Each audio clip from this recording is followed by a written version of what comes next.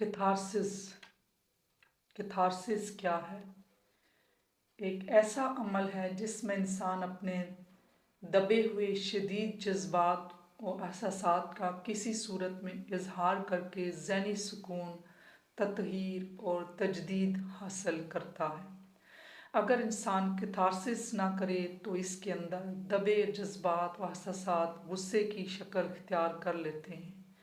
अगर ये गुस्सा किसी भी सूरत ना निकले तो ये इंसान का खुद पर निकलता है। इसके नतीजे में इंसान किसी न किसी नफसियाती आर्जा का शिकार हो जाता है और इसके नतीजे में इंसानी माशरे में गुस्सा, परेशानी, दुख और ज़हनी दबाव बढ़ने लगता है। इसका मानी क्लिनजिंग और प्योरिफिकेशन है। मेरे मुताबिक इसका मतलब अपने हर तरह के जज्बात और महसूसात का इजहार है। जब हम मुख्तलिफ मौक़ों पर अपने महसूसात का ठीक तरीके से इजहार नहीं कर पाते तो हम ज़हनी तनाव का शिकार हो जाते हैं, क्योंकि ये नामुकम्मल अधूरे महसूसात हमारे लाशऊर सबकॉन्शियस में अपना मस्कन बना लेते हैं। हर शख्स अपने ही अंदाज में कैथारसिस करता है, कोई शेर कहकर तो कोई नसर लिखकर, कोई तस्वीर बनाकर तो कोई मुजस्मा तराश कर, कोई गुस्से में चीखना चिल्लाता है तो कोई आंखों से नमकीन पानी बहाता है तो कोई खुद कलामी करता है। ये इंसान के मिजाज में कैथारसिस का अंदाज होता है। ये इंसान पर है कि वो तलाश करे कि वो कौन सा काम या तरीका है जिसके ज़रिए वो कैथारसिस करके सुकून हासिल कर सकता है। अलमिया ये है कि बहुत से लोग ऐसे हैं जो जानते हैं ही नहीं कि इनके कैथारसिस का क्या तरीका क्या है। इंसान कैथारसिस के ज़रिए अंदर के गुबार को निकाल देता है तो इसके अंदर ज़िंदगी खुशी से गुजारने की उमंग पैदा हो जाती है। अपने इर्द गिर्द के माहौल से प्यार करने लगता है, कायनात की रानाइयों में से लुत्फ़ अंदोज़ होने लगता है।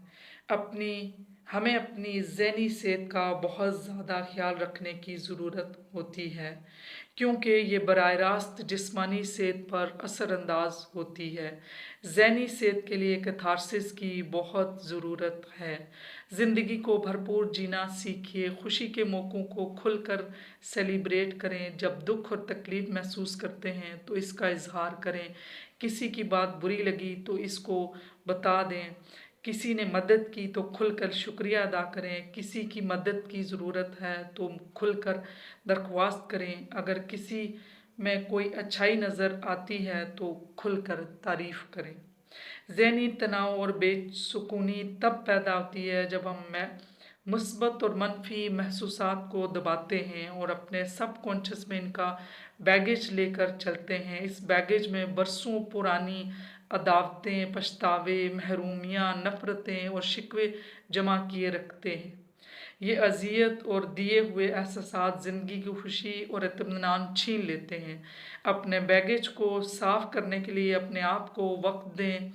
अपने ऐसे जज्बात और सोच को मंतकी अंजाम तक पहुँचाएं। कैथारसिस के कुछ तरीके।